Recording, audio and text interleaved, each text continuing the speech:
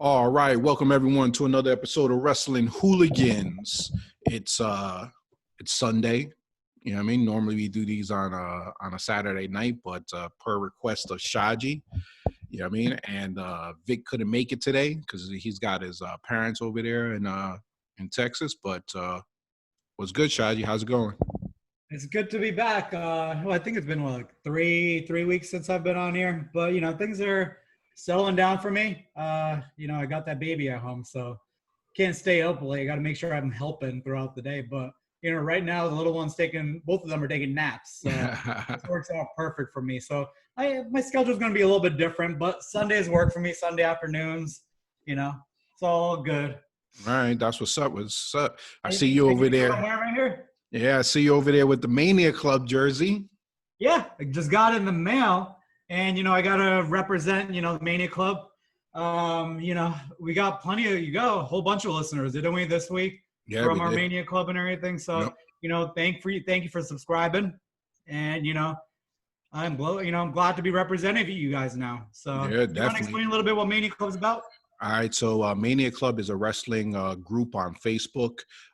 They raise money and awareness for Connor's cure and pediatric cancer. Yep. So it's an awesome group of wrestling guys, and they sell merch. They also pretty much they try to raise money throughout the year for pediatric cancer and Connor's cure. This past week they were doing promo battle, and yours truly, Yeah, you did it. I wasn't able to qualify, but then they called me because one guy stepped out. They called me literally like at 4:00, and the promo battle began at 6:30 and said, hey, let's what's the name, Mike is out, you're in. And I was like, all right, cool. And bro, you So- did awesome. Like, I think you were kind of ripped off a little bit. You should have gotten farther. I think you should have been in the next round. For your Yeah. first time out there, you had a tough competition with Hangman. Oh yeah, I mean, The like, Hangman lookalike over there, Hangman Hayden. yeah, they He did do well. oh no, he did. I thought he did better though. I thought you Yeah. had round 2 and 3, but judges, two of the judges I thought differently, right? Or Yeah, I think two of them thought differently. They were all asking like, oh, well, you're not digging, where's the bombs? But like, in my first round was kind of struggling because I tried to first see time out about there. first time out there, first time doing a promo live. So I stumbled a little bit. And I think what it was is me trying to go for a certain persona. Yeah. And also they were like, make sure you speak loud. So I think I overdid it being loud, and that was conscious on me. And that's why I had to stop and think. But my 2 and 3, man, I brought heat, man. I mean, Yeah. I brought stuff that they didn't know.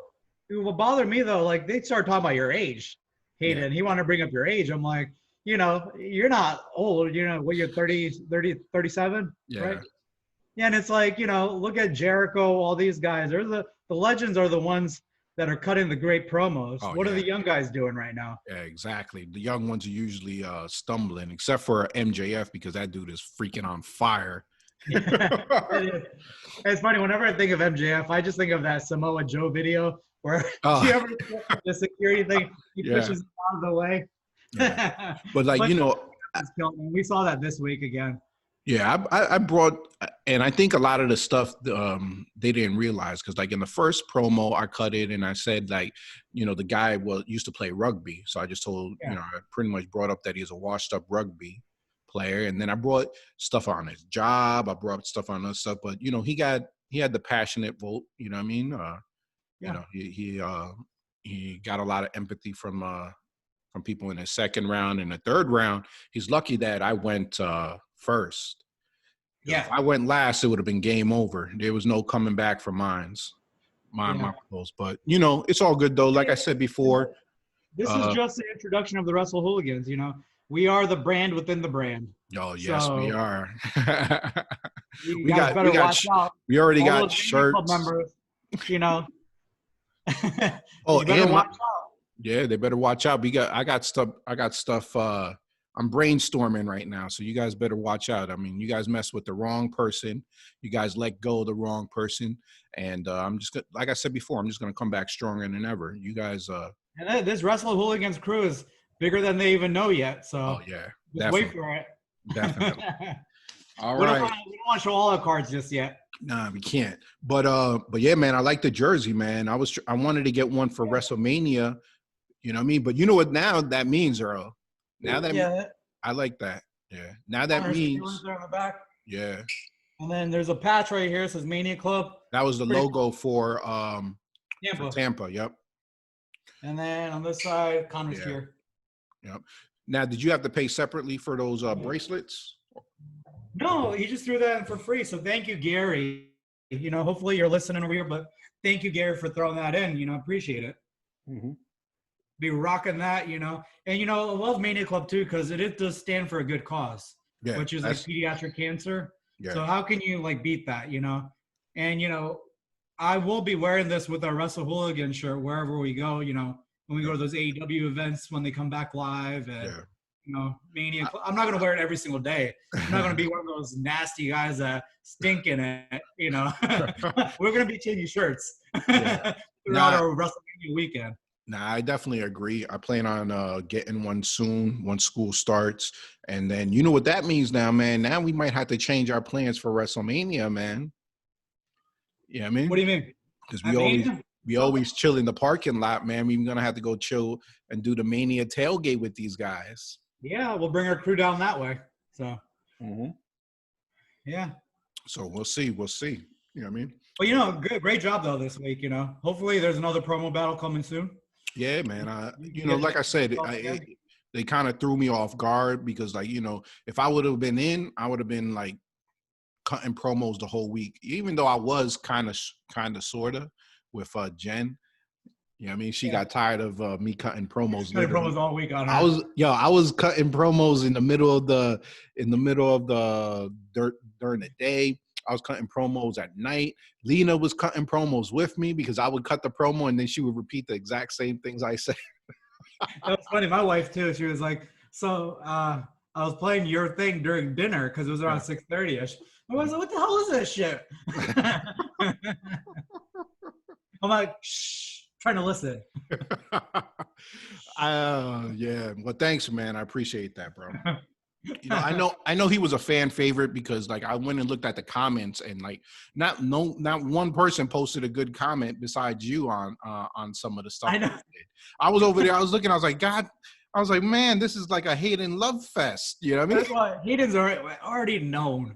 You know, he's known in the Mania Club. Like I even saw, like, you know, with the whole Dexter Loomis, they got to, like, Zoom with him, you know, or Skype with him, whatever they did. He was in there. So I'm like, he's always going to be around over there. So I saw later on, and one of the things I did wrong in the promo challenge, and I tried to be a little bit more intimidating. So I started pacing back and forth, and it went to my disadvantage because Hayden was taking a notice of, like, all the stuff around me, you know, and I wanted to get him. If you're throwing a promo, usually, you know, most of the wrestlers are, you know, moving around in the ring, you know. Yeah. So I was over there doing that, and he cut promos on, like, you know, my flag, and then cut promos on certain other stuff, and, like, I wanted to get on him, but anyway, I got off a little topic. But what I noticed, though, afterwards, because I saw it a second time, I had to critique myself. And in the back, it had Wrestle Talk, and then on the bottom, it had an individual that's in liked our page on Wrestling Hooligans, and she's part of a Mania Club, so he already knew her. So then I was over there like, man, this guy must know everyone over here. He's probably one of the founding members. So let me change my shirt quick. I'm sweating out here in this Florida heat. Oh, bro. Yo, when I was cutting that promo, I did it in the garage, bro. That's why you saw me sweating like crazy, bro. That's where I'm sitting right now. So. I was like, man, that was a bad.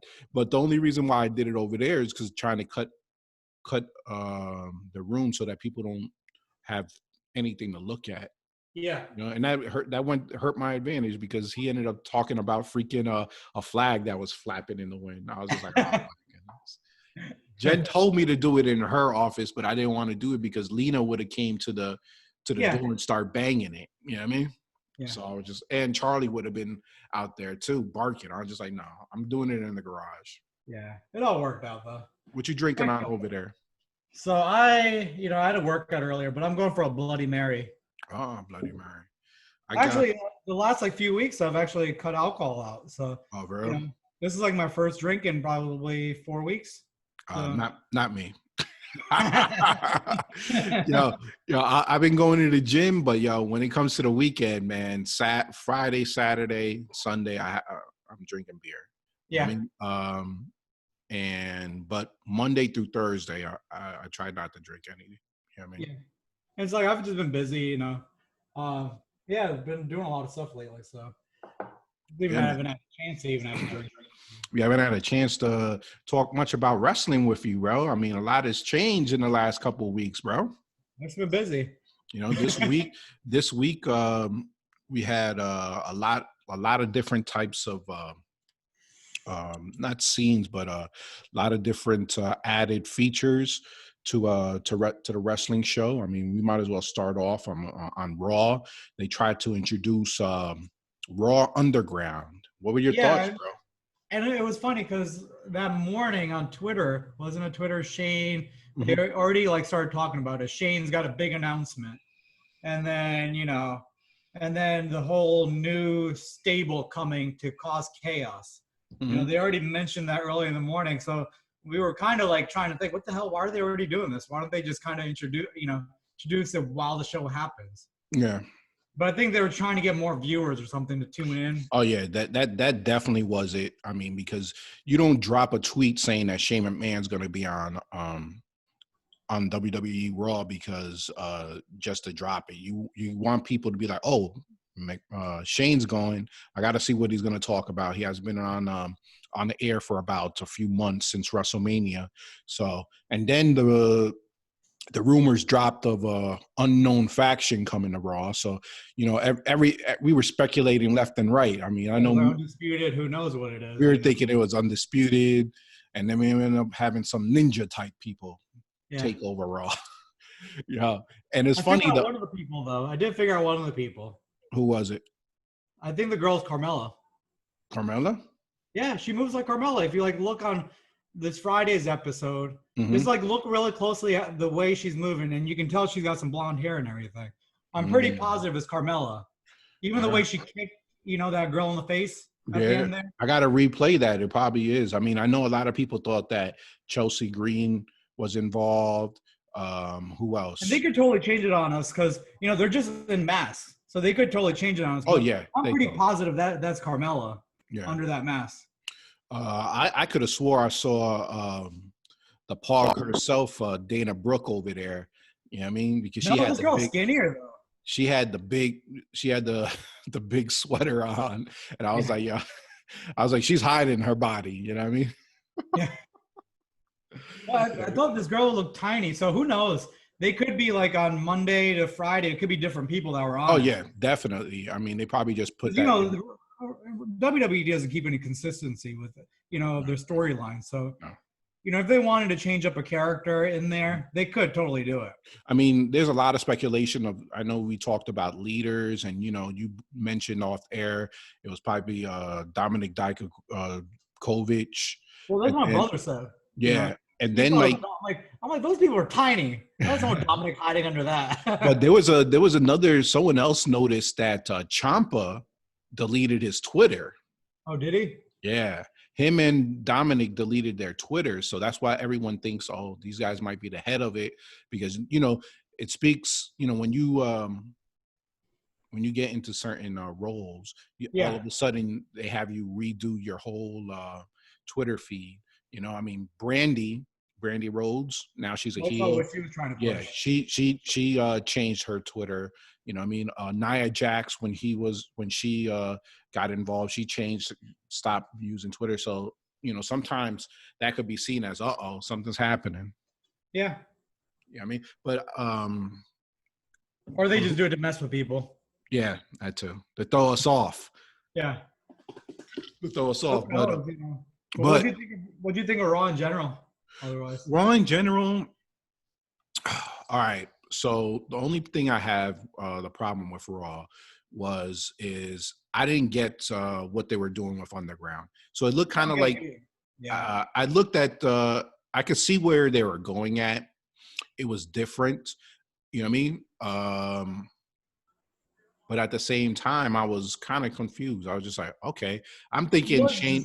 I thought Shane was coming on there for something else. Then he brought, all of a sudden, they're trying to push Underground. And they were going back and forth throughout the night to it. And I was just like, chaos. It was chaos. So it's like, I don't know, is there any kind of standings from this? Or are we going to get to know these characters that are in there? Yeah. You know? Now, the guys that did go on to, at the end of the night, we saw Dolph Ziggler out there looking like a beast. Good. I liked it. Eric, you know, we saw Eric from the Viking Raiders. Yeah, and these guys they need to be a little bit fierce. I think you know with I think Dolph looked great. Dolph did, and so did Eric. Yeah. Yep. You know? And then you had MVP and his crew show up at the end of the night. But there's got to be a bigger plan to this. Are they setting up for Bobby and Brock? You know, that would be awesome. Is that what they're setting this up for? You know, they want to kind of have an MMA style type fight. Is that what they're setting up for? Like Paul Heyman to bring Brock in, you know? Yeah. I mean, that would be awesome. I mean, I think that is, if they continue doing this and then that being a WrestleMania match, blockbuster. By the end, it seemed like the plans were for Bobby with this. Yeah. This is for Bobby. That's what it seems like. Mm-hmm. So. But so yeah, going into Raw, it was all right. You know what I mean? It was all right. But the problem I have is, okay, we started off Raw, right? I think we started off with hold on, let me see. I think we started off, we started off with the United States Championship match, right? So you had Apollo Crews versus MVP. You know what I mean? I was kind of upset because if you're going to have this match, I'd rather see it at SummerSlam. Okay. So I was already mad. Do that again? Say again? Are they going to do this match again? Yeah. Yeah, they are. But I was upset that they had the championship match on Raw. I could understand it's going to draw ratings. Content. They don't know what to do anymore. Yeah. So you see all this new crap that they're bringing in. I think they're just running out of content. Yeah. So the reason why I was mad is because, okay, look, if you want to do a nice pay-per-view where people get eager to look at it, you're going to want to put that match on there. You know, you could have had Apollo Crews go against Shelton Benjamin. Yeah. You mean that would have been something different. You know what I'm saying? And then say, oh, well, now I'm going to challenge you at SummerSlam. Okay. Then you established it. And that's where if Shelton had lost to Apollo at that point, that's when R-Truth should have ran in and pinned him or something. For that 24/7 championship. So you look at it at that view, and then it's like, okay, so now you have the match, right? Versus Apollo Crews MVP. Apollo wins, so now you're already making MVP and his new faction of the Hurt Business look weak. Yeah. You know what I mean? So then I'm like, okay, all right. I'm happy for Apollo. You know what I mean? But at the same time, I was over there like, come on. You guys got me invested in Hurt Business. I'm waiting to see when their shirt comes out. You know what I mean? I'm waiting to see if they're going to get any new music. You know what I mean? But it's like, you know, them creating another faction and then having them lose constantly. Yeah. And it's like, you know, but then at the same, you know, MVP did say something funny, though. Like I think I mentioned earlier to you. He told Apollo to go hang out with his crew in the back. Ricochet. Oh yeah, at catering. Yeah, go hang out with this crew. Ricochet, you know, what's his name? Cedric Alexander, Ali, and all of them. You know, and you know that's where I think of Retribution. But like, you know, at least build this Hurt, you know, group, Hurt Business up a little bit bigger than what it is, and don't make MVP mad over a light flickering. All of a sudden, he's getting mad because the light was flickering, so that's why he lost the match. You know. It's just, I don't know. The whole Raw, I think overall, I think it sucked. You know, the only, I think part that was good was that Drew McIntyre, Randy Orton. Yeah. They're doing some great work together right now. Yeah. You know, and the way Drew talks, that's he's like speaking the truth about Randy. Like Yeah. I was like, when they were talking, that captivated. Like my attention was totally on that. Yeah. So, I was more trying to see whether or not how Drew was going to come back. I thought his response was kind of like mine's in my promo challenge. It wasn't as powerful. You know what I mean? I think he could have done something else, but I just think it's just because Randy Orton is just so good. He's on a different level right now. he is. He's so good right now. Yeah, he And is it's so good. and he as a heel, he's like the best heel you can find. And it's Yeah, like he's not a heel that you hate. He's yeah, a heel that you like just because he's been around so long. He's proven himself. yeah. It's just So it was a so-so promo back from Drew McIntyre. You know what I mean? But it was good though. I think it was more emotional on Drew's part this Yeah, one. yeah. This was more of an emotional promo. Like, I had to work my butt off. You just were handed all these opportunities. But Yeah. Drew was handed it in the beginning, but he just couldn't prove himself. They Mhm. gave up on the dude. So I just think that it was like the same old, same old. I mean, I did like towards the end where he was like, "Hey, you could have uplifted me, but you didn't. I was in trying times, and encouraging word from Randy Orton probably would have changed my life." I like that portion when he brought it a little bit more personal, But before, when the wrestlers constantly say, "Oh, well, Randy, you were given this, you were given that." I mean, we've heard it for years. And just like what Randy said, you guys heard it for years. You know what I mean? But you have to come up with something different. And he did to a certain extent. And I think if it would have continued on after that, it would have been even better promo than he gave. You know what I mean? And then my question is, though, why didn't the lights flicker during their promos? All of a sudden, it stopped during what they're doing. They were flicking throughout the night, and they were trying to make us say, "Oh, what's happening?" But I want to hear Randy say on that while he's cutting the promo, "What the hell?" I want to see him get pissed about it. Well, actually, they could have cut it and it's, "I don't give a damn if the lights are flickering or not." You know what I mean? Yeah, he should have said they should have done it during his, because Randy can pull it off, acting angry about it. All right, I'm trying to see any other big moments. I mean, you had the KO show with Ruby Riott and Liv Morgan. Yeah, and it's like I thought that was stupid. Yeah, they're trying to get these girls back together. We and understand. Then why is KO the sappy dude now? Oh yeah, he's like, KO I made is all coming these off mistakes. weak. I'm like, I made all these mistakes in my life, and I don't want anyone else to repeat it. Bro, you're gonna turn heel sooner or later. Yeah, exactly. They're gonna turn you heel in about 30 days. Yeah, I'm like, stop talking. You're about to turn on someone else. Yeah, because if Drew beats RKO, man, he's gonna need someone to feud with, and he don't got that many people over there. So you probably be the next one to go against him, bro. Yeah. But I thought that was all dumb. It was just, I guess they want to create another tag team, so they're trying to put those two together. Mm-hmm. Now they're together. They're back together. Just leave it alone. Let's not see any more interviews out of the two. Yeah. How about the Nia Jax segment? What are your thoughts? I don't know. That's even boring me too, with the whole Nia. She's like this angry girl now. I'm like, where is this leading to? Yeah. I feel like they have nothing else to do with her. So, what do you think? I don't know. I've been a little bit disappointed because last week you had her and Shayna Baszler, and I was like, oh my goodness, they're gonna put these two against. Yeah. I was like, holy snap! And then this week it was the whole thing with the officials, and sometimes and Shayna's kind of moved on from her already. Yeah, Shayna's already moved on for her. Like, no, I'm gonna take care of Asuka when she wins the title or whatever. Yeah, and and freaking Nia, Nia's never given the best promos. You know what I mean? So she loses me a lot. You know what I mean? Because her voice fluctuates throughout her promos. So it'll be hard at once, and next thing you know, it'll go to a different. I know, she sounds like, what's her name, Nyla Rose over in AEW. Yes. So, and then the gimmick itself, I don't know. I was kind of heated. You know what I mean? I could see where they were trying to go at, but who knows what they're going to do. A nice match if they did like Shayna against Nia at SummerSlam for #1 contender or something. Yeah. I mean, yeah, you could have done that. Because Shayna was beating her ass too. Mm-hmm. So I'm not going to talk about this 24/7 championship. No, let's move on. Like, Shelton shouldn't even be in that role.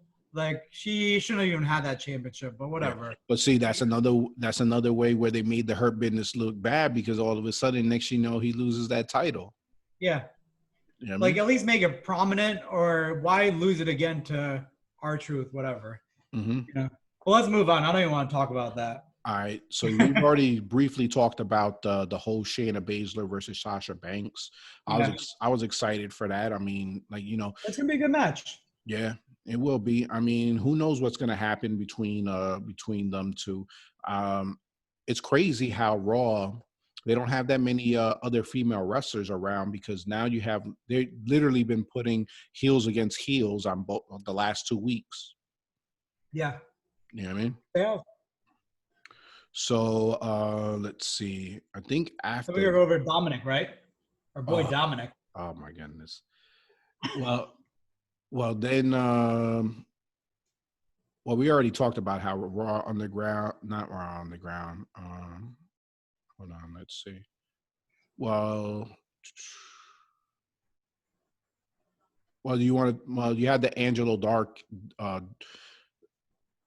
Dawkins and Garza, Montez Ford and Andrade match. Montez Ford got hurt and all that. Yeah, you had that. We'll see where they're going on with that. Okay, yeah, we might as well jump into Dominic. All right, so you had the Dominic go over there and attack Seth Rollins, and then the whole crew pretty much, yeah. Yep, and then at the end they said that they were going to see each other at SummerSlam. My favorite part though was Samoa Joe getting involved. Oh yes. I thought Samoa Joe was gonna kick ass. I thought he was coming back to wrestle again. Like I think everyone in their mind right now is thinking that this week. Also excited when that happened, when Samoa was like, "Yeah, try it," you know. So that was like the best part of that. I was like, "Oh shit, man!" Then all of a sudden, Dominic jumps out of nowhere. I'm like, damn it, Dominic. What are your thoughts with this whole Dominic versus Seth Rollins thing going on? I don't know. I guess Dominic needs to get a shot and try to prove himself at some point. But if Dominic cannot beat Seth Rollins, if they do that, I don't know. I might stop watching Raw. I'm already watching the Titan games over Raw, and then watch Raw the next day. Yeah. But you know, I don't know. If Dominic does beat Seth Rollins, like Seth beat Rey Mysterio like 5 times or 6. I don't know how many times he beat him. But if Dominic gets the upper hand on Seth, you know, and if he does, it's probably gonna be a roll up. I'm thinking. Yeah. You're gonna roll Seth Rollins up for a quick pin. I mean, I'm just thinking that this is a train wreck waiting to happen. You know what I mean? Yeah. Obviously, this match is probably not going to go on that long. I'm wondering right now whether or not they're happening, because they have nobody other wrestlers. So without other wrestlers, you know, they're just making storylines where they can right now. Yeah. Like, why would you need Dominic? You can't find any other person to face off with Seth Rollins right now. Mm-hmm. No other stories. Why couldn't we get that Samoa Joe and Seth Rollins fight, you know? Yeah. I mean, who knows? Who knows where we go from here? Yeah. You know what I mean? But was there a Raw Underground right after Raw? Because it ended up with Raw Underground ended with the Hurt Business. The 3 of them, Hurt Business standing in the ring. Yeah. Then I think from there it went right to, wasn't a Retribution, them blowing up the generator. Yep. And then they're like celebrating like teenagers. What the hell is this, you know? I didn't know what it was. I mean, I was counting people and I was like, oh snap, there's 5 people there.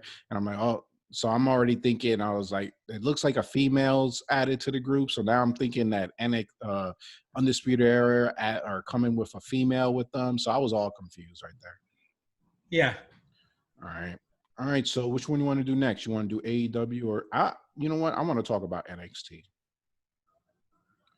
You know what I mean? Yeah. And give me a break. Let's do NXT and then go to AEW. But give me a break real quick. All right, cool. All right, you're back. You had to go change the diaper? Yeah. The older one. Some nasty poops. Yeah, once they get older, man, those poops. I'll be over there giving Nina like the mean grill. I'll be like, Lena, what the hell are you doing over here? Yeah. Tell me when you gotta go potty. Oh, this is your third poop today already. What the heck? I know they don't want to. It's like they don't want to tell you when they poop. Like I'm like, just sit on the toilet. Just tell me. Lena hides. She'll go into like the closet, or she'll she'll be around us, and next you know, she'll go like around the corner, and we're like, "Are you pooping?" And that's why Eleanor usually tells me after she's pooped. Yeah. And she's like, "I pooped." I'm like, "Oh, really? No, thanks for telling me." Oh man, that's the daddy rolls. Daddy rolls. Yeah. Cleaning up poops. Yeah. But all right, so let's get on. I gotta say something. So remember our ref buddy Steve? Yeah. He's following us on our podcast now. So Oh, gotta give a shout out to Ref Steve over there. For following us right now. I really want to get him on the podcast. It'll be an awesome tutorial on being a ref and all the matches that he's called. You know what I mean? Yeah, I totally want to hear some stories. Exactly. Get him on. It seems like he's got some good stories. Oh yeah. Because remember, every event we go to, like AEW, NXT, he knows all the wrestlers. I'm like, he knows everyone, bro. Yeah, somehow he's sitting front row, right next to where the wrestlers come out every time. Exactly. He's over there talking trash to the wrestlers. It's awesome. And then I text him, I'm like, bro, is that you sitting right there talking to MJF, talking shit to his face? That's crazy. But let's go on to NXT, man, because NXT, man, yes, they don't get the ratings, but it's by far one of the best shows out every week. You know what I mean? They started off the night with a number one contenders match. They had Dakota Kai and they had Rhea Ripley. Yeah. You know what I mean? Awesome match, bro. Awesome match. And then it was a great match, and I think it keeps Rhea away from the title for a little bit longer. Yes. Because now Dakota Kai, she won that, but she did an awesome job in the match too. But what's her name? Who was it? The girl that interfered with Melanie Martinez? Martinez. Yeah, I forgot what her first name is. Melanie or Mercedes Martinez. Yeah. She looks good too. Like, I think she's going to be a good competition for Rhea right there. Yeah, she definitely is. No, she's from Connecticut, bro. She's up around our way. I did some research on her. You know what I mean? And definitely talented wrestler. She just like they said, 15 years in the business. She's got a good look going for her. You know what I mean? Yeah, she's got a nice little gimmick. Looks like she's gonna be competitive against Rhea there. Yep. She's got a nice little gimmick with crap out of her. Nice little gimmick with the Robert Stone brand. Yeah. You know what I mean? And Robert Stone brand's killing it. Yeah. That's a real brand out there right now. I didn't know whether or not if they were gonna actually get someone. You know what I mean? Yeah. So it was nice to see her. She has a good entrance to the ring. You know what I mean? Awesome. So it's going to be awesome to see where they go from here. It will be. Yeah. I'm looking forward to it. But I'm glad they're keeping Rhea away from the title right now. Yeah. She's been in that picture for a long time, but she's still remaining competitive, So, it is a good thing that they're kind of keeping her away, but at least they're not, totally throwing her out of the picture right now. It's not like what they do with Charlotte and they keep pushing her down her throat. Rhea, at least there's other competition going on with her. So that's where NXT's doing better with the females. All right. So I gotta ask you because the next match was Bronson Reed and Shane Thorne. They gave a little package on Bronson Reed. I know your brother was like, he's heavily invested with him now. He's already in the North American Championship tournament, the ladder match. What are your thoughts, man, on Bronson Reed? I like him. For a big boy like that, he can move. No, not a big boy, a thick boy. Yeah, he's not like he's muscular, but for a thick dude, he can move. I'm looking forward to it. It's like it's time they got away from like the big muscular guys, it's like you got different body types now in the WWE. This is coming from you, you know what I mean? And countless times in NXT, you used to always get on all these smaller guys that were fit, and then you were like, oh, Yeah, but it's not like, I get on the guys who have the opportunity to get bigger. mhm, And, at least Bronson, he owns his style. Like Samoa Joe owns his style.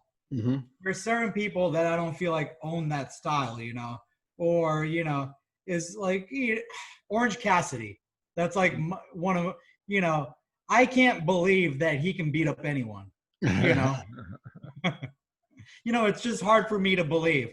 But when you look at like Brunson, you feel like he can beat the crap out of someone still. Okay. It's got to be realistic to me. But if you own what you're doing, and Orange Cassidy does own his style, he does. Yeah, he does. But I can't picture him beating up someone like Dominic. I don't think he's ready, and I can't picture it. Yeah.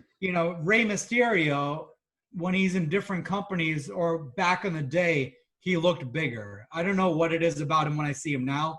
I feel like he does look like an ant compared to other guys that he's wrestling. Okay. So, it depends. All right. So you're all in on the Bronson reel. Yeah. On the But the other Colt Cabana, I hate when guys try to act like they're big. That's the other part too. I hate when guys try to act like they're big. Mhm. Like it's like the Young Bucks too. I don't know why they're flexing. What are they flexing? They come out flexing, but what are they flexing? That's where my problem lies. All right. So we had another North American qualifier. We had Damian Priest, Oney Lorcan, and Ridge Holland, a guy from NXT UK, which I was interested in seeing. And then when I saw him walk to the ring in an outfit with a top hat and a cane, I was just like, oh my goodness. Yeah, you're just totally ruined it. But Totally ruined probably it. like his style, whatever. Because he had a nice little video package before the match. You know what I mean? And I was like, oh man, I was like, okay, who's this? All right. And then they also put, I think, also an Oney Lorcan package. I'm loving not Oney Lorcan. What's his face? His buddy. The guy who what's his face name? Not Lorcan. Damn. Not Birch. The other dude, what's his name? The one. Well, let me try to find it real quick. Yeah. Completely. We got too many wrestlers we're watching. You ain't lying. Timothy Thatcher. Yes. They put on a package. I've been loving with him teaching people how to put on certain holds. I love it. I believe he fought the week before that. But Timothy Thatcher, Oney was the one that fought on this, so. Yes. Yeah. But Timothy Thatcher, he's a beast. Yeah. What's his name? Pete Dunne's the one that brought him and kind of introduced him, but he is a beast, though.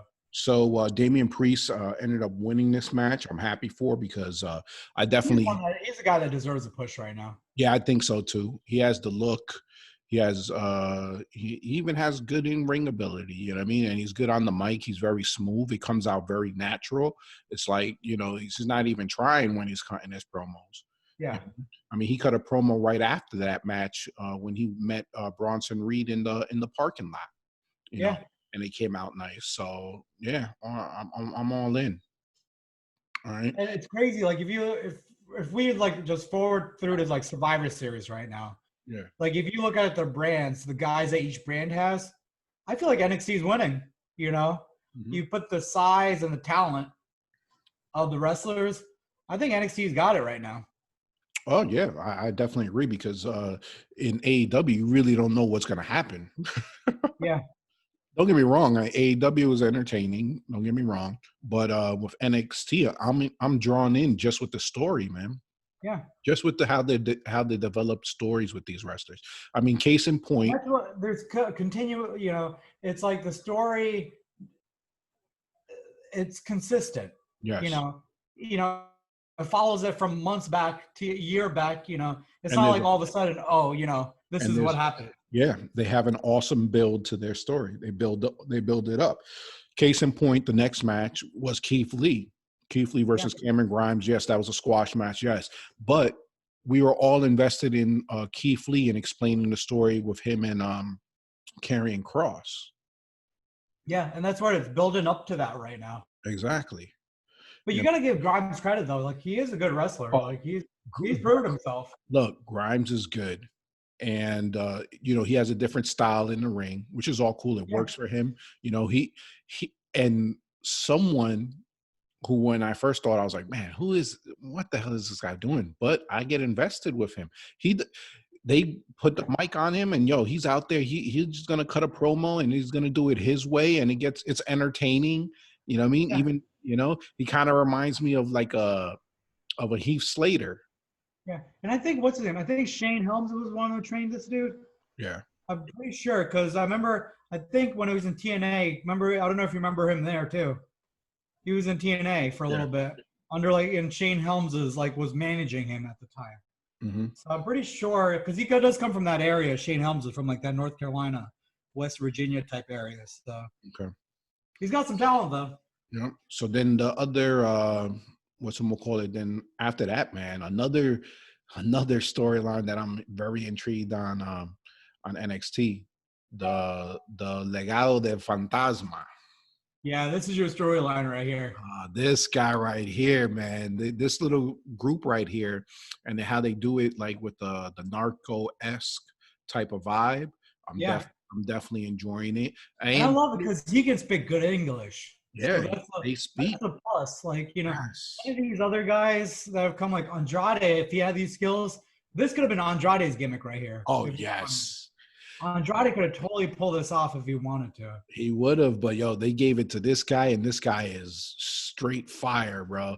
I mean, just he mixes English versus Spanish. He also there's a story behind all of this. You know what I mean? It's all about perceiving lucha libre in a totally different other style, and it's in this segment they had him beating up Breezango, which was all right. You know what I mean? They have to have a feud with someone. Yeah, they got to have feud to get over. Yeah, exactly. But then at the end, he was over there talking to Isaiah Swerve. Isaiah Swerve might be another guy on the hit list. You know what I mean? Yeah. But he's making this title mean something again. Oh yeah, he definitely is. Yeah, I mean it's a nice little faction going on, and the other two guys, they don't speak as much, but those guys are awesome in the ring, bro. And then when do you say it was the last time the cruiserweight title meant anything? Yeah. What would your opinion be on it? I would say when it was like Enzo and Austin Aries. Yeah, Enzo and Austin Aries for me.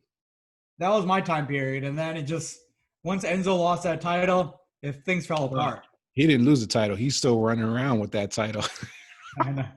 It is funny because he got kind of screwed over. He did. It wasn't his. It was a crazy girl. Yeah. And they've all proved out already. Mm-hmm. But WWE, I think they went too early and fired him, let him go.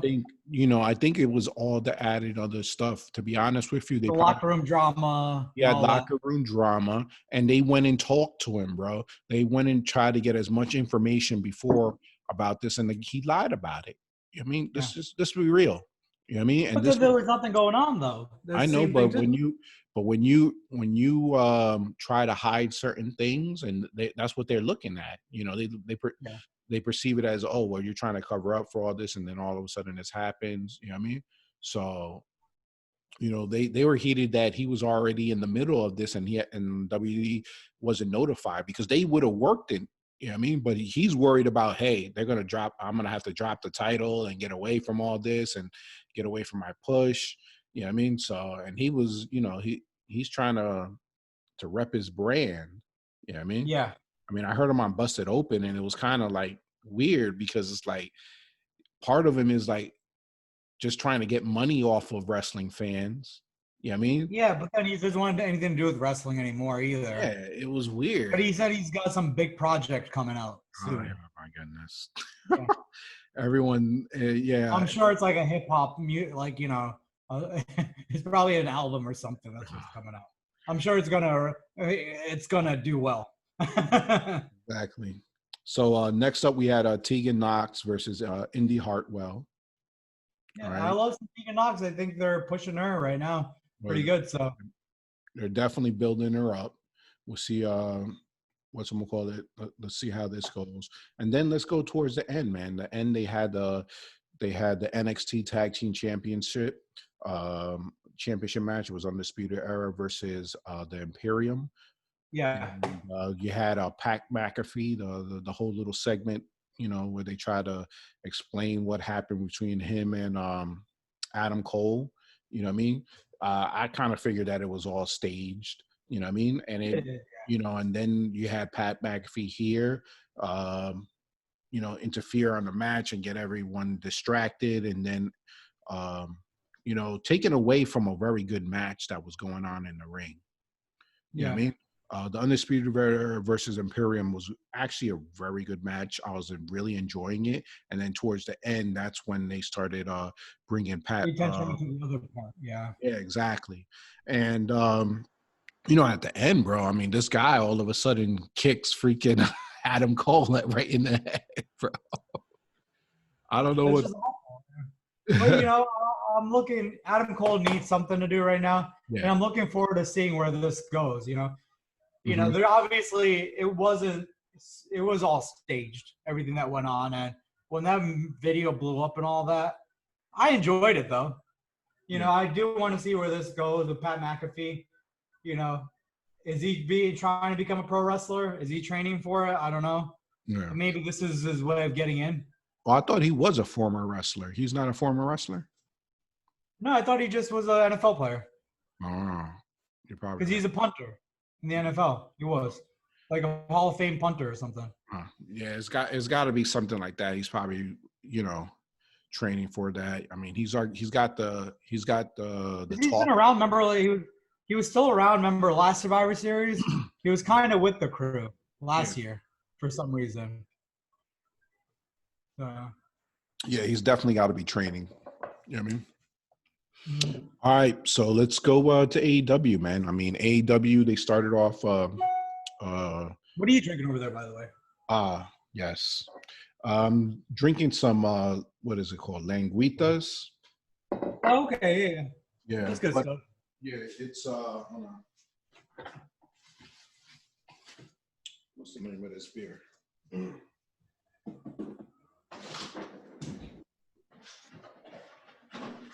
I'm just going to do one of these Sweetwater hydroponics.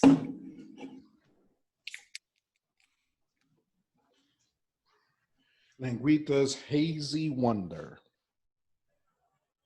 It's actually pretty good. I like it. Yeah. Wait, which one are you drinking?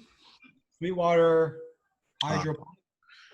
Yo, so last time I went to your house, right? We were over there chilling, right? You gave me some beer that was like 12% alcohol. What was the name of that? Crap. What was the name of that beer? Let me see where that's on. It was like in a big can. Yeah.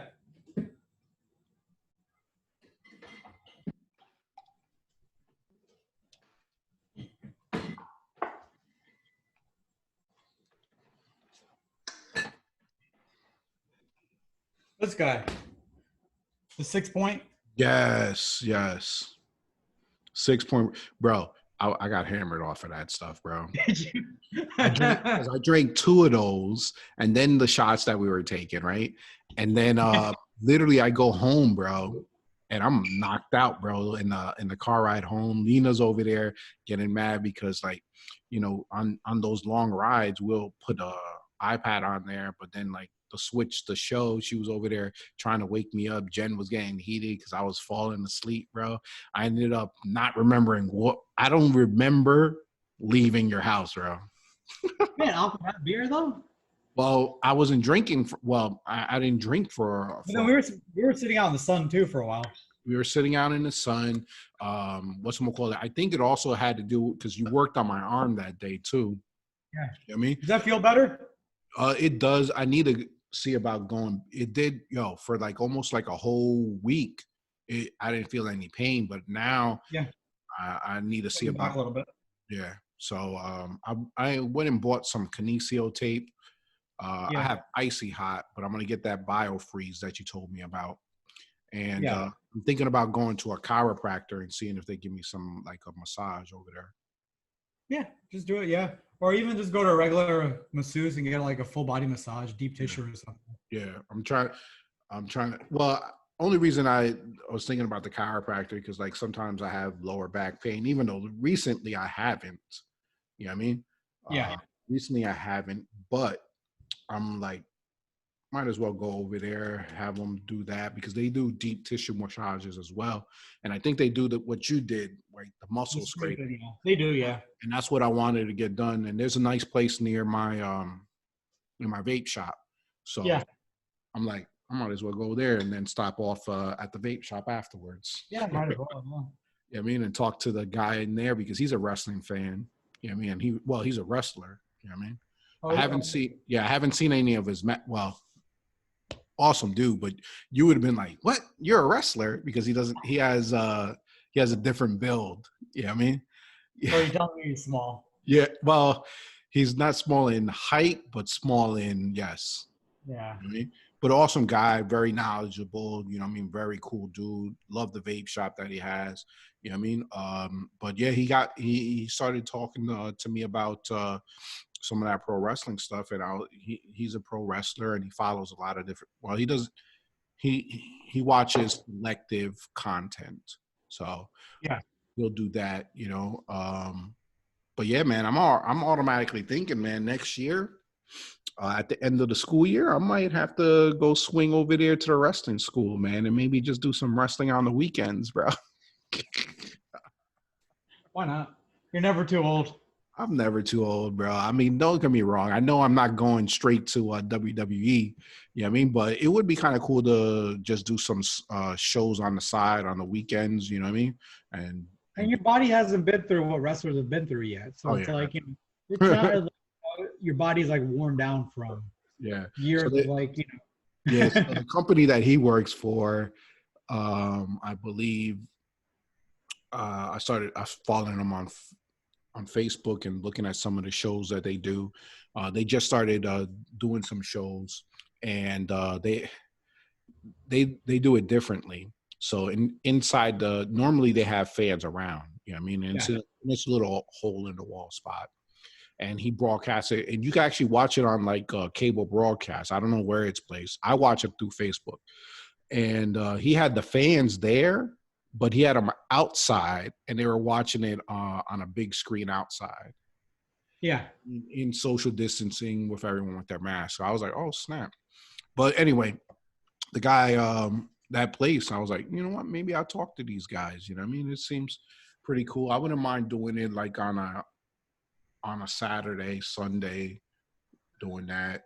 You know what I mean? And say, hey, Yeah. Why not? You know, and then, you know, you might even with your promos and everything, your skills that you built, you know, you maybe even go ahead and manage or something. You be a manager for a hey, number. right, be a manager or even to be honest with you, I'll be happy with just being a ref right now, bro. You know what I mean? I would do Yeah. it I would do well. Yeah. Anyway, that's just me thinking.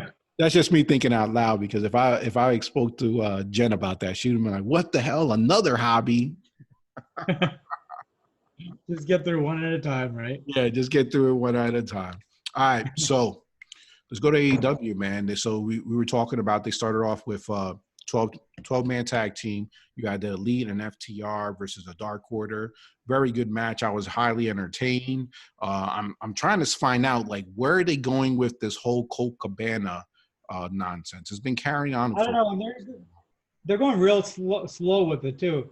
Yeah. So it looks like Colt Cabana. What is it? He's like, you know, He's associated with them. Yeah, but he's kind of like a pansy now too. So he just listens to whatever they say. He's like hypnotized or something by the Dark Order. Yeah. So it's not like he's challenging them. He just listens to whatever they're saying now. Yeah. So it was an awesome match. There was a lot of different spots over here. You know what I mean? They were going back and forth. But yo, I was so glad with the ending, bro. You had the Dark Order with the win, bro. And this is what AEW does well compared to like Monday Night Raw and compared to like Friday Night SmackDown. You know what I mean? You get these other factions or teams or opponents that actually get the win. You know what I mean? And you know the reason, but I feel like the reason they do it this way, so now the faces can lose, but it doesn't affect their record because it's not like a tag team record or the singles record. This is a 6-man, so they don't really have a record for that. They're not keeping track of that, you know. So it doesn't really give these faces a loss in their, because it's all about records there, but it doesn't give those guys a loss. So I was definitely happy with that. You know what I mean? Dark Order winning. We'll see where they go. I mean, I need to find out whether or not Cabana is going to is if they're going to screw Cabana, if Cabana is going to screw himself out of. I feel like he's staying in. I feel like this is the way he needs to go. I like him better in this role, you know. But I do feel like this is the way they need to go with Colt Cabana because they need something different. Yeah. I'm tired of, I don't know, I think most people are probably tired of his gimmick. Yeah, I'm all right with it, bro. I mean, I'm perfectly fine with it. I just wanted to see if he's gonna go all in on the Dark Order. You know what I mean? You know, change up his ring gear, change up his persona. I think he might need it now. He might need like a little switch up a little bit. You know what I'm saying? He doesn't need to wear a mask. No, it's like they come out without a mask and they wrestle with the mask on. Yeah, there's some of them. I don't get it. You know, maybe some face paint. You know what I mean? I wouldn't mind do something a little different, and then you could always go back to the original Colt Cabana. You know, you could always have a feud where all of a sudden, towards the end, he breaks away from them because people were like, "No, man, what about the real Colt Cabana?" You know what I mean? And all this other nonsense. So you know, you could play it that way. You know what I mean? You can, yeah. But you know, not a bad way to start it though. No, definitely not a bad way to start it. You know what I mean? So then you had Best Friends versus Santana Ortiz. And it was all right, you know what I mean? But I think the funniest part for me after the match, you know, the Best Friends won this match, but Santana Ortiz, they went in on the Best Friends minivan. And they were, it's like later on, the Best Friends were like, you know, you can do whatever you want, but don't touch my mom's minivan, you know? And I'm going to have you apologize via speakerphone to my mom. I'm just like, that's weird. You just say. It was funny. The minivan without a license plate that they drove into the place. I don't know if you noticed that small detail. There was no license plate on that minivan. No, I didn't. Because when Santana went around the back, I was like, why is there no license plate on that car? I'm like, why is the license plate all of a sudden gone? That's why we have you over here, man. You notice it in the small details like that. It matters. Those small details matter. You don't just drive a car into there. So I want to hold on 1 second. 1 second. Hold on. All right, I'm back. The little one woke up, had to put PJ Mask on.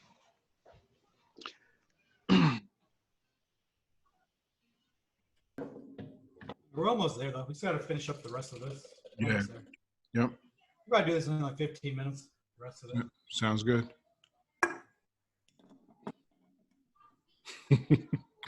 You try to see what Daddy's doing? Huh? Nah, Lena. Come here.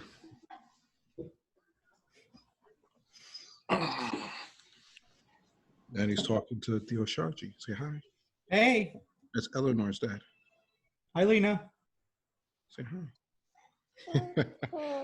Go watch PJ Mask. Okay. I got a sandwich when you're done watching PJ Mask, okay? All right. So here we go. Oh, so next up we had the whole MJF, you know what I mean? MJF 2020 segment. You know, they were showing off his headquarters. You know what I mean? And yo, man, he's, you know, and I want to apologize to all the wrestling hooligans. You know what I mean? Because last week there was a lot of stuff. Me and Vic, we were talking about a lot of stuff, but there was a lot of stuff that we missed. Even though that podcast was for maybe like almost close to 3 hours, but there was just so much wrestling that we were trying to get covered that we didn't cover. you know. And one of the biggest things that I felt that I was guilty of was the whole MJF promo that he did, you know, with 2020. And yo, it was just straight fire, bro. Yeah, people compare it to the whole EC3 thing. I'm like, no, it was, No, you know, no. you can, you know, but at the same time, it was totally different. It was Mhm. totally different. He was on fire that whole promo. He killed it. He slayed everybody, bro. Yeah. He slayed the game with that promo, showing and you showing how cocky and all that bravado that he has. I love it. No one right now is on. I mean, there's only one person that's on his level right now. You know what I mean? Yeah. That's Randy Orton. Yeah. And the dude is the future. Like, you know, he gives like props to like Chris Jericho and everything, you know, Yeah. because Chris Jericho has lasted this long. Mm-hmm. And, you know, he's like, I got 25 more years in me. So don't worry. You're going to see me for a long, long time. He will be around. Yeah. And And I think his wrestling just keeps developing, but he's got the promo skills already. oh He yeah, is so confident on that mic. so powerful. And he's got like the whole little record going where he's never been pinned or submitted in a singles match. Yeah. So he's got that going for him as well. And you know what? I tried comparing, okay, MJF, seeing where John Moxley's at. Yo, MJF blows him through the water, bro. Yeah. Moxley, yeah, his promos suck. I Yeah. would say they're mediocre at best. Like, you know. Yeah, they're mediocre at best. Even the promo that he gave on PW today. W, yeah. It's weak. It's Yeah. weak. And but you know what? It's what he's working with, you know. The crazy part is that he keeps it very short. MGF, man, he could go on promos for days. He'd be out there for like 15 minutes talking if you let him. That's why you got to cut him off. Yeah, exactly. You got to cut him off because he's just bringing it. You know what I mean? Because remember, he used to rip the crowd apart, like the fans that were there. But there's no fans to make fun of anymore. So he rips the people, the wrestlers that are sitting around.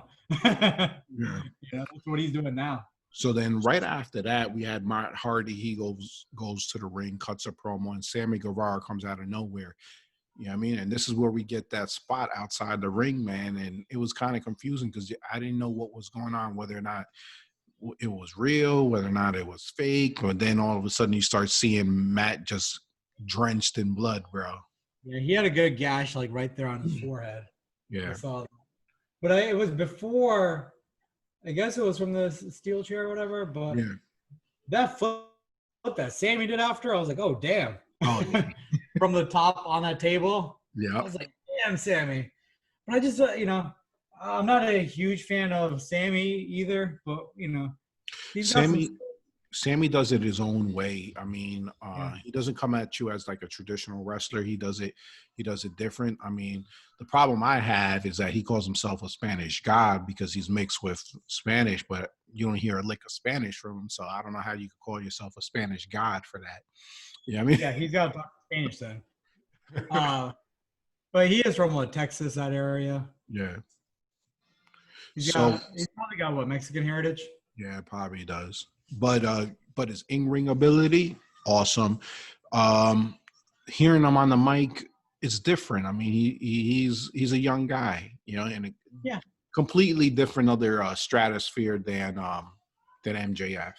You know what I mean? MJF. I think Jericho's the perfect person to be with. I think Jericho's going to teach him a good bit. So I hope so too, you know, because MJF already knows what he is. You know what I mean? And I still think that Sammy Guevara is still trying to find himself. You know, he's still developing his character. And I think for MJF, like, you know, Sammy's got to get this through his head too. Like, you're smaller than most wrestlers. Mm-hmm. You got to get good at your promo skills. So, you know, you can be talented at wrestling. Yeah. But he is a talented wrestler, yes. Yeah.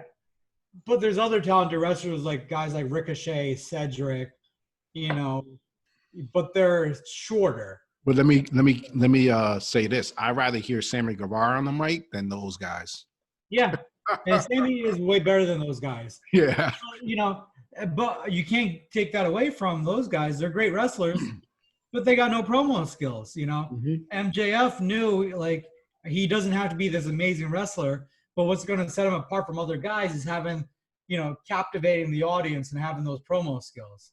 What I'm noticing though right now we're talking about these young wrestlers with promo skills. You're talking about Enzo Amore, Yeah. right? You're talking about MJF, these young guys that have skills but you know what? MJF, where's he from, bro? New York. Yeah. I mean, Enzo, where's he from? Is he from New York? Yeah. The gift of gab. I mean, these people, man, it's a different show. It's a different ball game. You know what I mean? It's like maybe it's like up north. We just know how to bullshit, and just Probably. But it is like that's what these guys need to work on. Work on your Like I understand you can be amazing wrestler, but without the promo skills, you're not getting anywhere. Yeah, Enzo was on Busted Open, and he was showing like 2 years before he even came into the business. He already had like notebooks just full of promos. Yeah, you know what I mean? Hell.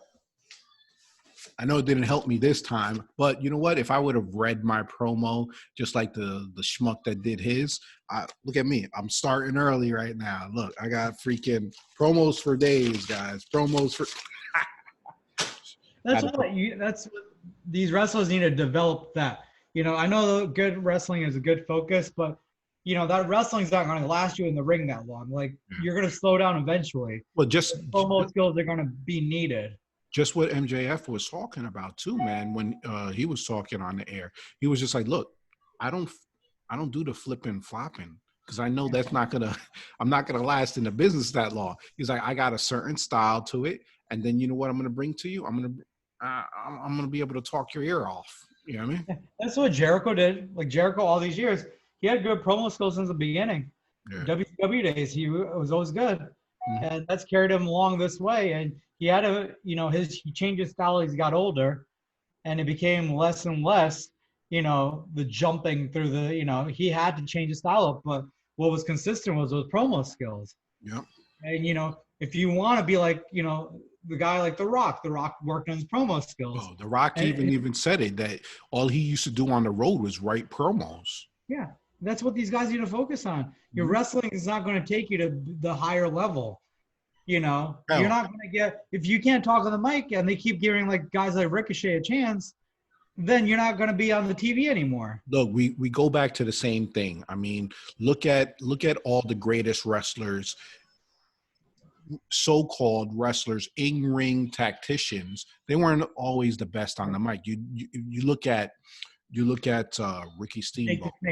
You look at the ones that weren't good. Oh, weren't, yeah. Yeah. So you look at whatchamacallit, you look at Dean Malenko, Bret the Hitman Hart. You look at Jimmy Snuka. You look at who's this other guy? Chris Benoit. All these guys, Arn Anderson. All these guys, in-ring tacticians, but you know who you remember and who you're talking about? The Rocks, the Stone Cold. The guys that cut the good promos constantly, Yeah, exactly. Because you remember those promos. Yep. The Mankind's, the Ravens. Like promos that just stick in your head, Exactly. I got Mankind. Who's ever going to forget the Austin 316 promo? That's probably the most remembered promo ever, No one is going to forget that one, bro. That is one of the most one. Him, you have Mankind, his promos. You have even Jake the Snake, when he was in his prime. I've heard some of his promos, and I was just like, whoa. Well, like Shawn Michaels, Triple H, these guys, Ric Flair, Dusty Rhodes. You know what I mean? Ric Flair, Dusty Rhodes, if you go look at some of theirs, oh my goodness, it's awesome. You know what I mean? And some guys think like their wrestling's going to carry them. There's no wrestler that carried it all the way to the top with no promo skills. Unless you're Bill Goldberg, but his wasn't that awful, his promo skills, but unless you're Bill Goldberg, the size of the dude. With Bill Goldberg, you had a certain amount of time. Bill Goldberg could cut a promo behind stage for maybe about it'll be a minute. You know what I mean? So that's all he needed. Brock Lesnar, he doesn't kick your ass, but you don't remember Bill Goldberg for promos. You're never going to say he was the best because he never threw out good promos. Horrible. You're not going to remember Brock Lesnar for promos. No. Paul Heyman, you'll remember forever But those because see, he's but those are Paul Heyman. exceptions. Yeah, Those Paul are Heyman. exceptions to the rules, though, because um, they have the it factor behind them. They do, and like someone like Andre the Giant had the It Factor. Yeah. Big Show has the It Factor. I ain't never heard of Andre the Giant promo that I'll just it's like pulling teeth listening to that. But that's the It Factor right there. Yeah. Andre has the It Factor. Mhm. So, all right, we got carried away. But back. So next up we had Cody and Matt Cardona versus guys from the Dark Order. Yo, Matt Cardona, man, shoot, man, Looking good. looking good like always, though, bro. I mean, when shape wise, he was always been ready. It's just been. But I think he got even more ripped. I think he took time off and just focused on working out.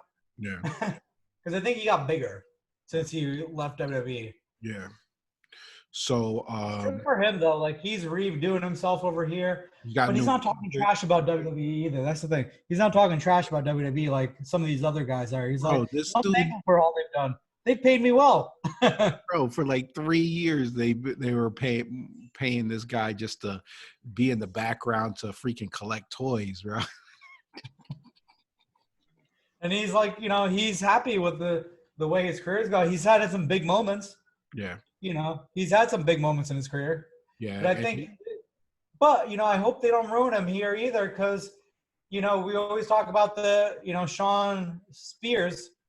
What are they doing with the dude? What are they doing with Sean Spears right now? That is one of the slowest builds ever. Yeah. You know what I mean? So next up we had we had the debate where it was Orange Cassidy versus Chris Jericho, which you're like, oh, this is going to be funny because you already know that Chris Jericho is going to be the one doing most of the talking during this. Oh. But it was funny. Yep. You got to give it to it. It was hilarious. Mm-hmm. It was, I think everyone knew Eric Bischoff was going to be the dude. There was rumors about it earlier in the week too about that. So it was just funny because it started off with Orange Cassidy not talking, and then right in the middle of the promo, what are you talking about? Those on the what are your thoughts on global sea rock? And then all of a sudden he started talking, and that's the only reason he won because of that. And the Chris Jericho at the end there was funny. I haven't liked you for 24 years, and then Bischoff was like 25 actually.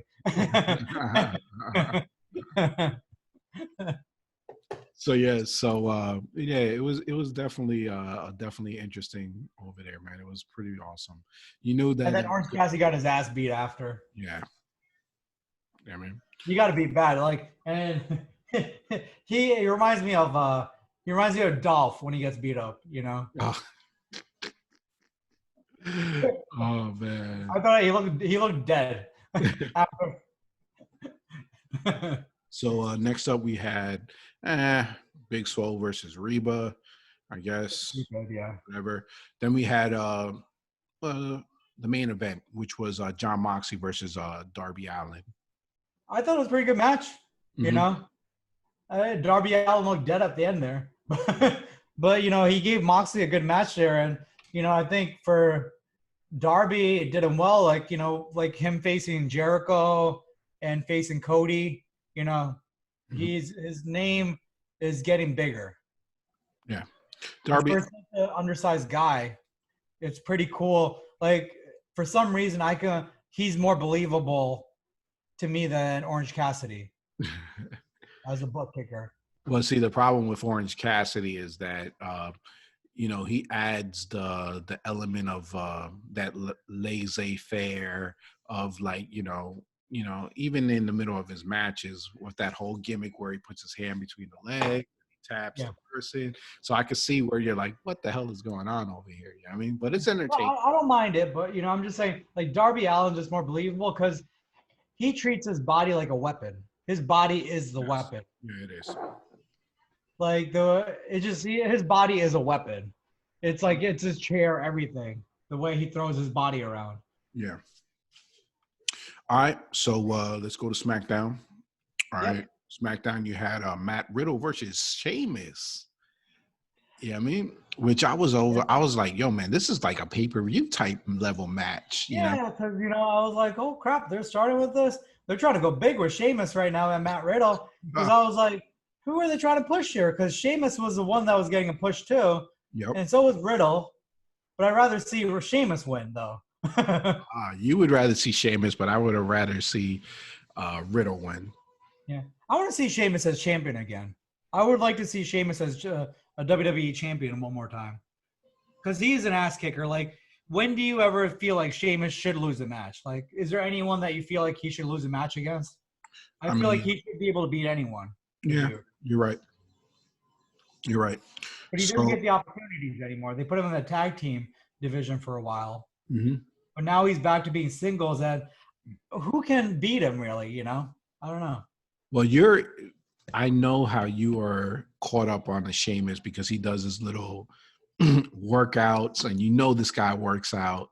You know what I mean? But at the same time, he does. But he can cut a good promo too. Yes. Sheamus can cut a good promo. Yes, he can. The guy can wrestle too.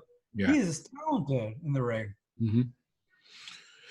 We'll see. I mean, we'll see where they go with him. I mean, he's always going to be one of those guys lurking around that could take the title whenever, And but he's the type where if they're not giving him a full push, he'll be one of those guys that'll step in and, like how Braun is right now, stepping in with the title and run with the title for a few months.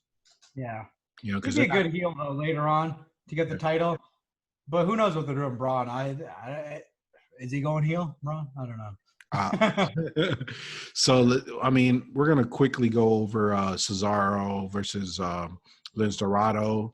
We're going to skip that match because obviously, it was an entertaining match. I mean, because it's different styles, but, it wasn't a match that, we were actually looking forward to, you know what I mean? Yeah, and who's going to win. But, I'm happy they're giving these Spanish guys they're allowing them to have good matches. Yes. Yeah, they're finally allowing these guys to have some good matches rather than be a squash match. Yeah, squash match or looking like a joke, you know what I mean? Yeah. Because I'm not going to lie, man. This Lucha House Party, man, they are some talented wrestlers. Yeah, and now they're kind of showing it off a little bit. So Exactly. So then let's just go off. I mean, you had the whole Braun Strowman, that the Firefly Funhouse were over here, and he pretty much had a little segment going against the Fiend, man. What are your thoughts on that, bro? I've been waiting for your response and see where you see this is going. And I think they're trying to change like Braun away from like that positive type character. I don't know where it's like. I actually don't know where this is going, and so it's kind of interesting me. The whole Alexa thing, where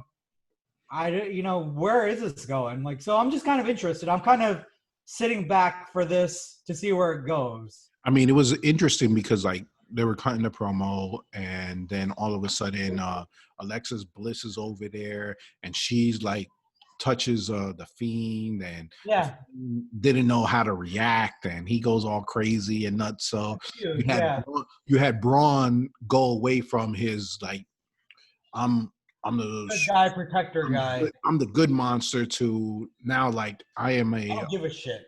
I'm a death wielding monster. You know what I mean? Yeah, and it's like he's like I knew when I went into your firehouse. This is what it was gonna turn into. Mm-hmm. So I'm ready. I could care less about Alexa, all this other crap. I'm ready for you again. So it's interesting where this is going. I'm hoping this is good for Alexa, though. I would like to see Alexa as champion again sooner or later. Well, she would have to go healed. I mean, from the looks of after this, it doesn't look like she's going healed. It looks like she's going to be a ploy in Braun Strowman. You think so? What if it's like that's why I kind of want to sit back and watch this one kind of unfold. Because I don't know what to expect on this. Like, what are they trying to do with it? I felt like they put a swerve in it right now. Yeah. Mm-hmm. They definitely put a swerve in it. Yeah, so we'll see, yeah. It's interesting, it's different. Because I wasn't a huge fan of the pay-per-view match. between these two, but Ah, I think we've been overdone with this cinematic stuff. Yeah, I don't know if you agree. Like the cinematic stuff has happened too much now. So it is. It is. I enjoyed the Extreme Rules one. I definitely mhm. did. I mean, you got to look at it for what it is. It's different. You know what I Yeah, mean? When you're dealing with the mind of Bray Wyatt, it's a completely different type of style. Like I talked about it on the last podcast. I enjoyed it. The only thing I didn't enjoy was it wasn't that much wrestling going on, no, right? And if you're gonna do a cinematic match, yes, but you're never gonna, everyone they try to compare. Oh, the best cinematic match ever was the Undertaker versus Styles. No, it wasn't. The best one was freaking the deletion. And the reason why I well, say TNA did, right? yeah, and the reason why I say that because it was cinematic, but they brought it back to the ring. You know what I mean? So in that segment, you had them go off on a tangent, on a totally on the, Yeah. but at the end of the thing, they brought it back to a ring and brought it back to a wrestling match. You know who? I won't even give them like the people who actually started it. You got to kind of give it to Lucha Underground because everything that those guys did was cinematic. The whole show was cinematic. Yeah. So I feel like those guys started the whole cinematic trend. Well, Huh? bringing it back into the into wrestling. Yeah, because I felt like the Lucha Underground whole show was cinematic. Well, it You was. I know? mean, yeah, it was. Yeah. It was. And then it was like then Matt Hardy, I felt like he was already kind of in that level, but I think he took it to the next level Yeah. with his match. Because he started throwing like the drones, all this kind of extra stuff into it. So he made it more interesting. He made it into the drones, into a different different characters and different beings, and he's on like a totally different other level when it comes to that. But Yeah. I cannot knock Bray Wyatt. I mean, he's done wonders. For almost a whole year, I've been infatuated whenever it's going to be the Firefly Funhouse. You know what I mean? Yeah. I make sure I tune in. I make sure I'm trying to see that. You know what I mean? Uh, Yeah. so we'll see. We'll see where they go with this. Let's see if what happens. Does the Fiend win it at SummerSlam, or does Braun Strowman actually continue to win? You know what I mean? Yeah. So next up, we had Jeff Hardy versus King Corbin. And Jeff Hardy won versus disqualification. Yeah. And I like the whole storyline of the kind of the run-ins of the night. Mm-hmm. Like, it started off with the whole, the Sheamus match with the Yeah. first run in. Like these run-ins actually meant something in Yeah. this SmackDown. I mean, they're trying to do the whole thing with Shorty G before, and then now with this one, it was Corbin, and then bringing back Sheamus into it, and then afterwards, you had Sheamus versus King Corbin. And I liked that. I liked it. What, did you just throw a heel against a heel right for me? These Yeah, are and big then powerhouses. you had Matt Riddle jump in. Yeah. Yeah. I'm like, and then Sheamus ended up getting the whole full-on win of everything of the night. Yeah. So I'm like, but I liked it. I enjoyed it. Like, because it was a story throughout the night that kind of kept carrying on. Because you interfered in my match, I'm going to interfere in yours, and then Riddle ends up coming back around and interfering because Corbin interfered in the first place. I was gonna say, so then right after that, we had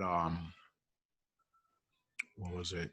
Hold on one second. Oh, we had the whole Sasha Banks with Stephanie McMahon laying down her certain rules on what's gonna happen. You know what I mean? Yeah. And saying there was gonna be a triple brand battle royal takes next week. That's going to challenge Bailey. That's going to be interesting to see who they place in it, who's actually going to win it.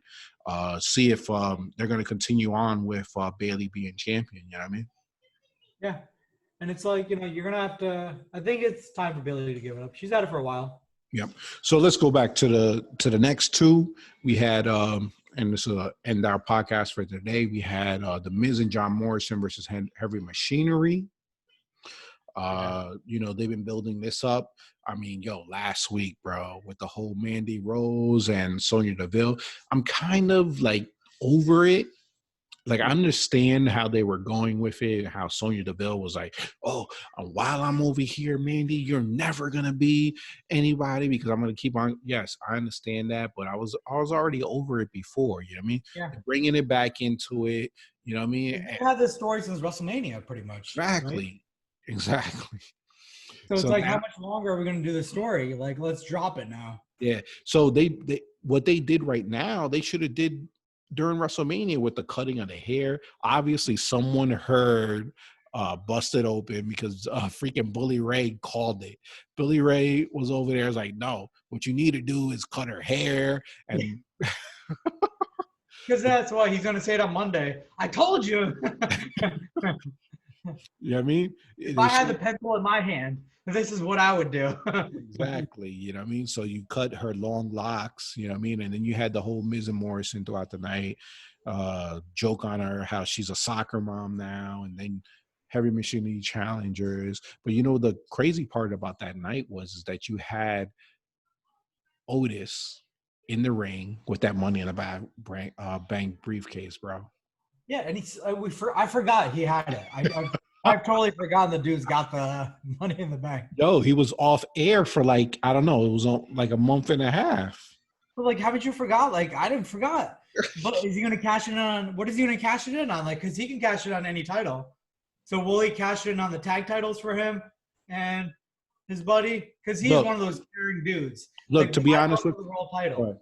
To be honest with you, if we were in a different time right now, Otis with the Money in the Bank, it would have been golden. Now, Are they going to hold it off? Who knows? But you know what? Even if he cashes in on tag team titles to win the tag team titles, I'm all for it because you know what? Now no one's ever done that before. Now you're adding a different twist to it. Yeah, no one's ever done it before. Yeah. Like you can go for any title, pretty much, but you don't have. It never says you have to go for the world title. Exactly, and it's different. You know what I mean? So I'm all for that. Would I like to see? Or what if he gives it to Mandy and cash it on the women's? Oh hell! I don't know. Can you do something crazy like that? Can you cash it on any title? Yeah, that would be crazy. But at the same time, I'm just like, I don't want to see him give up his. Because I feel like Otis is one of those giving dudes. You know, he's not gonna be the guy who he'll give it to his buddy or his girlfriend. So then let's talk about the Raw ended with the Retribution tearing up Smackdown. So I guess they're going on both brands.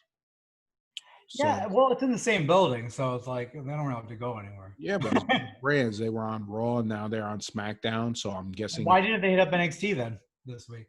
That's a good point. Why didn't they hit up 205 Live? I'm pretty sure that girl is Carmella, though. Like, you got to watch it over later on tonight and then let me know. But, you watch that girl, how she moves closely. That ain't no Naomi body. That's a Carmella body right there. I didn't think it would be no Naomi. I told you who I thought. I forgot that there were two girls that were in there. One of them, there were rumors Chelsea Green because someone saw curly hair, but then there was another NXT star that supposedly some people, because that's been what everyone wants to know. Who are the people under the mask? Yeah, who are they? Yeah. But you brought up a good point. WWE could put anyone. We don't know. They can totally change it up on us because we don't know the faces. Exactly. They can totally change, and that's not something they haven't done before. Yeah. Yeah, it hasn't been. I mean, none of the guys on Retribution that look like they're over 6 feet tall. No, and that's why I think it's a pretty good guess. It could be Ricochet, Cedric Alexander, or two of them. Because you see, they are the ones that are cut out of the Hulu Raw. You guys bring that up all the time, and it's hilarious. But it is like, don't you think? And MVP did totally make fun of them this weekend. I mean, it would called out the three of them. It would be awesome, but if that were to happen, because we talk about all those people, are they going to be heels? Are they going to be faces? Or are they going to, by the looks of it, if you're going to have all those names that we said that were involved, they're probably going to be in the middle. Yeah. You know what I mean? And where Ali lost this week, I heard, to Riddick Scott. Where did he lose to Riddick Scott? He lost on main event. Oh, really? Why? So, right, you know, Ali loses to Riddick Scott. Well, they say that you know, Vince doesn't really like Ali. He doesn't like his gimmick and he doesn't like his whatever. You know what I mean? He rather like Riddick Moss, who, you know, compared to when you compare both of the wrestlers, I'd rather go against Ali because at least he entertains me with his in-ring ability. Yo, I'm trying to figure out who there's a black guy in this group too. Like I'm watching it right now. Is it like Leo Rushback or something, you think? Cedric. Yeah, that could be Cedric right there. Yep. I mean, who knows, bro? When it comes to WWE, just like what you said, we're trying to find out who the people under the mask, but the thing is they put these like baggy hoodies on these dudes, so you know it's hard to figure out their body type. But I'm pretty positive one's Carmella. Well, you brought it up with the kick. Yeah, if you see the way she's like kicking and everything, those are totally Carmella kicks. Okay.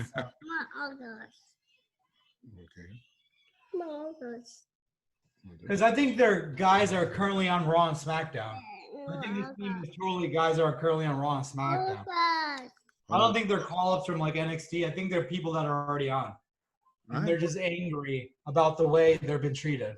Hey, to be honest with you, if they play their cards right, it could be. Look, my bed.